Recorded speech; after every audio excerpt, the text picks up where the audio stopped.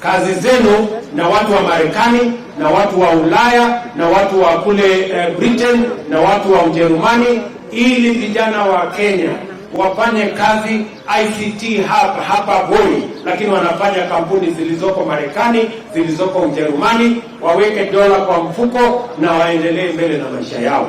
Vijana wao wako tayari? Wewe Mheshimiwa Lindikiri, baada ya miezi 9 mimi narudi hapa na kompyuta 1000 ya watu wa Buri. Ninyi watu wa Buri mko tayari? Watu wa Buri mko tayari? Na sasa wewe jenga ICT hub. Kila ward tunataka kujenga ICT hub. Na tunataka vijana 300 400 kwa kila ward waanze kujipanga na mpango wa digital jobs, kwa sababu ndio njia tutaondoa unemployment katika taifa letu la Kenya. Kweli ama si kweli? Tunaelewana? Watu wa Buri tunaelewana? Kwa hivyo mimi pia nimekuja hapa. Tulimwambia mama mboga hata yeye atafanya biashara yake mahali kuna heshima, mahali kuna maji, mahali kuna usafi, mahali kuna stima. Si ni kweli? Sasa tumekuja kuanzisha hii soko. Hapa nimeweka milioni 50 ya kujenga soko ya watu. Na mimi nataka nirudi hapa miezi 6 peke yake, mimi nataka iwe complete. Hakuna soko ya kujenga hapa mwaka moja. Ile soko iko hapa, hawa watu ni busy. Yes, ndio. Si mnataka hii kazi iishe haraka? Ndio muendelee na biashara. So wewe bwana Inga na mama Alice, hii soko 6 months iko tayari. Wamenihakikishia ya kwamba miezi 6 peke yake hii soko itakuwa tayari. Ndio. Na sio hii soko peke yake tunajenga soko zingine 9 hapa Meru County, kwa sababu tunataka kuhakikisha kwamba wafanyabiashara wetu wako na mahali mzuri ya kufanya soko.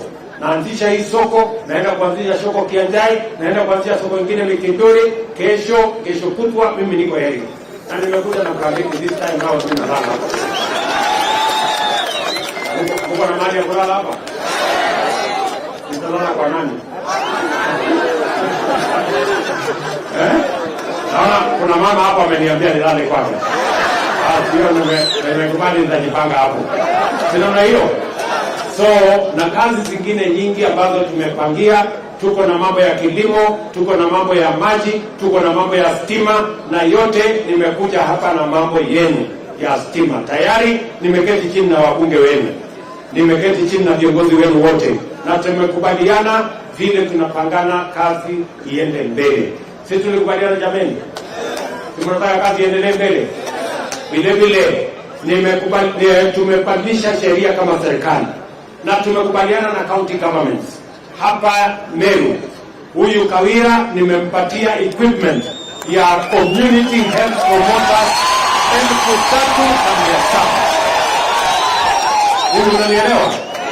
Hapa Meru tuko na community health promoters 1,100 Kenya, lakini wa hapa Meru tuko na community health promoters wamekuwa identified na tumetrain hapa Meru na county government yenu ya Meru County.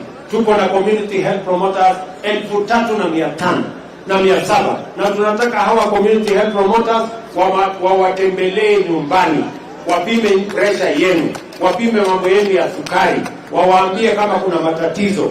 Ndio wengine unakaa nyumbani na wewe ni mgonjwa hujui, watakuja huko wakueleze, ndio wakupangie pia hospitali gani utaenda. Na kule hospitalini pia tuko na mpango mpya kule hospitalini. Sisi tulikubaliana na nyinyi ya kwamba kule kwenye hospitali hatutaki mtu tena auze shamba yake ama auze ng'ombe yake ati anaenda kulipa bili ya hospitali. Bili ya hospitali tukienda mbele itakuwa inalipwa na serikali ya Kenya. Nyinyi mnanielewa? Watu wengi wako na ugonjwa ya kansa, wengi wako na ugonjwa wa diabetes, wengine hypertension. Bili inakuja milioni 1, milioni 2, milioni 3, shamba inauzwa, ng'ombe inauzwa. Ni kweli ama si kweli? Na tunasema safari hii tunaibadilisha. Ndio tumepitisha sheria 4 mpya. Hao wabunge wapigeni makofi wabunge wetu jamani. Hao wabunge wamenisaidia, sasa tumepitisha sheria mpya. Na tumepangana na county government ya kwamba sheria hizo kwa sababu imepitishwa, tunaanza pale chini community health promoter. Level 1, level 2, level 3 tunapatiana matibabu bila kulipa. Level 5, level 4, 5, 6 tumeweka bima ambayo itahakikisha kwamba kila mwananchi anaweza kupata matibabu. Tumekubaliana? Sasa niwaulize nyinyi watu hapa Keriwaka. Si mnajua mimi ni mtu ya zamani hapa? Nilikuja hapa nikiwa mjumbe wa Eldoret North. Na mkanipanga. Si mpaka nimekuwa rais. Si mimi ni mtu ya area. Ama unasemaje? Tuko pamoja. Sasa mimi nataka niwaambie wale watu ambao wanataka kuderail our program, wale wanataka eti kusabotage our program, sisi tunataka tuwaambie Kenya haiwezi kungoja mambo ya watu ya kibinafsi. Sisi tunataka kuungana kama Wakenya tupeleke taifa letu la Kenya mbele. Mimi nataka niwaulize nyinyi watu hapa Keriwaka, tuko na shida ya ajira vijana ama hatuna? Tuko nayo. Si vijana wengi hawana ajira.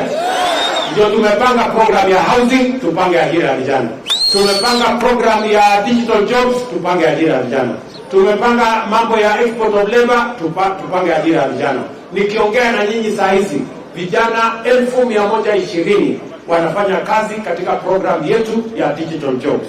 Nikiongea na nyinyi saa hizi, vijana 1130 wanafanya kazi kwa mpango ya housing.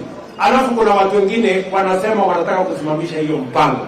Nyinyi watu wa Keriwaka na watu wa hapa Bori na watu wa Meru, mtakubali watu wasimamisha hii mpango? Mtakubali hiyo mpango? Ndio. Tunaambia wale wanataka kusimamisha hii mpango, please. Nyinyi ambao mnataka kusimamisha hii mpango, nyinyi mko na kazi. Bibi zenu wako na kazi. Watoto wenu wako na kazi. Watoto wa hao watu hawana kazi. Tafadhali kutupatie nafasi tupange ajira ya hawa. Ama mnasemaje watu wa Keriwaka? Si namna hiyo? Si nyinyi mlienda mkapiga kura kwa sababu mlikuwa mnataka tupange ajira hawa vijana. Sasa hiyo kazi tumepanga. Mimi nataka niwaambie wale ambao hawana mpango wawachane na sisi, tupange ajira ya hawa, tuendeleze Kenya mbele. Tumekubaliana watu wa Keriwaka? Tumekubaliana? Kwa sababu masaa ndio imenifikia sana. Na mimi nilalala hapa leo. Na bado nitaenda huko sijui wapi. Wacha nichukue nafasi hii. Si mnajua tuko na muungwana anaitwa Rigathi Gachagua, Deputy President. Si awasalimie. Salimia hao.